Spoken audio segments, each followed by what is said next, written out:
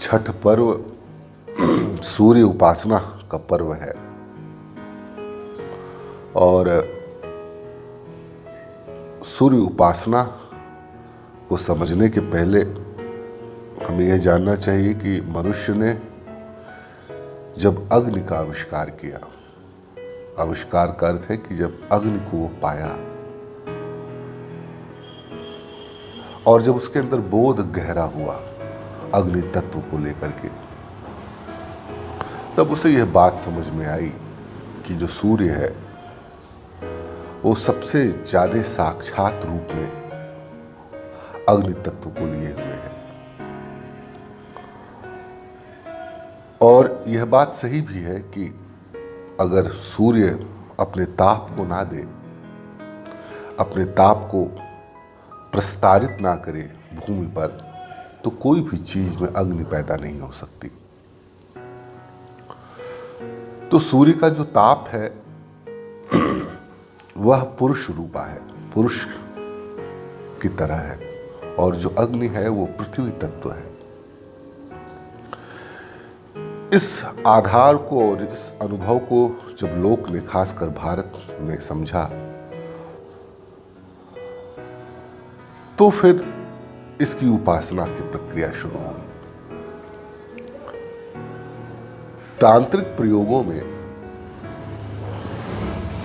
इस आधार को दूसरे अर्थ में लिया गया, पर लोक ने इसको थोड़ा और ही दूसरे अर्थ में समझा और उसको अपने ढंग से इसकी उपासना प्रारंभ की। आपने देखा होगा कि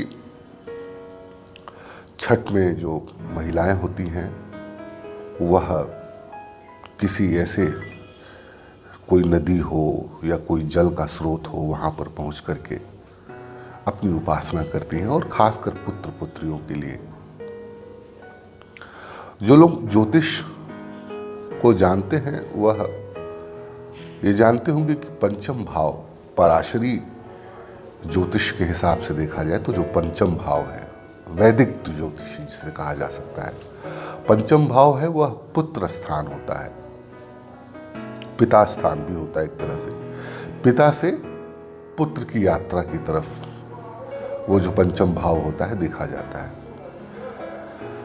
तो जब पिता अपनी यात्रा पंचम भाव से प्रारंभ करता है तो छठे भाव में जाकर के वह स्त्री भाव में स्थित होता है। तंत्र में आप जानते हैं कि कहा जाता है कि जो पत्नी है वही मां हो जाती है एक समय के बाद, और अर्थात जो पति है या जो पुत्र है वो एक समय के बाद पति हो जाता है, और जो पत्नी है, जो भार्या है, जो स्त्री है, वह मां हो जाती है। तो जो छठी मैया का कंसेप्ट है, छठवें भाव का जो कंसेप्ट है,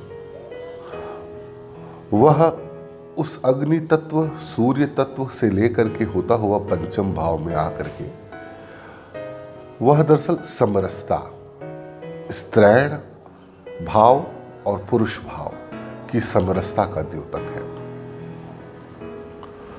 और पुत्र की कामना जो की जाती है, खासकर स्त्रियां आप देखें, और ये सामान्य ढंग से देखने में भी आता है कि जब पुत्र बड़ा हो जाता है, वयस्क हो जाता है, तो जो मां होती है उसकी, वो पुत्र को अपने संरक्षक के रूप में देखने लग जाती है, क्योंकि स्त्रियां ये मानती हैं कि असली संरक्षण तो उनको या तो अपने पुत्र से मिलता है या अपनी पुत्री से मिलता है, क्योंकि भाव का जो अतिक्रमण है वह अतिक्रमण बहुत गहरे में संरक्षण के रूप में पुत्र या पुत्री के माध्यम से उसको प्राप्त होता है। तो यह जो जल तत्व है यह मां का रूप है, जिस जल में हम अर्घ्य देते हैं छठ मनाते वक्त, वह दरअसल जल को जल में मिलाने का और सूर्य को वो याद दिलाने का है कि इस जल से और ताप से जो पुत्र की या पुत्री उत्पन्न हुई है उसको दृष्टि में रखने की आवश्यकता है, उसे कुछ आशीर्वाद देने की आवश्यकता है। और अमूमन आप केवल अपने पुत्र या पुत्री को देखते भर हैं तो आपका आशीर्वाद उन्हें मिल जाता है। जगत में बहुत कार्य हैं, सूर्य के पास, जल के पास, सूर्य अर्थात पिता के पास, जल अर्थात माँ के पास। तो हर वर्ष याद दिलाने की आवश्यकता है कि ठीक है, जगत में बहुत सारे कार्य आप लोग कर रहे हैं, पर जो आपके द्वारा उत्पन्न आपके पुत्र या पुत्री हैं उनके तरफ भी दृष्टि डालें तो उनका कल्याण होगा। वो कर्ण की कथा तो याद ही होगी आपको कि अंततः सूर्य को आना पड़ा था बताने के लिए कि तुम्हारे कवच को कृष्ण ले लेंगे।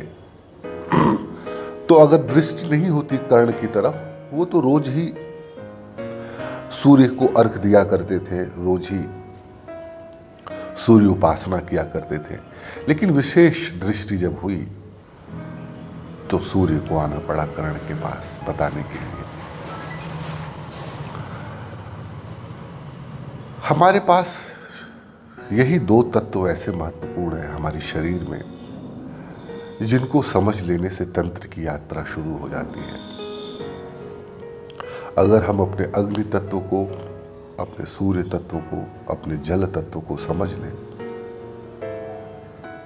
तो छठ का अर्थ, छठे भाव का अर्थ जो कुंडली में देखा जाता है वो हमें समझ में आने लगेगा।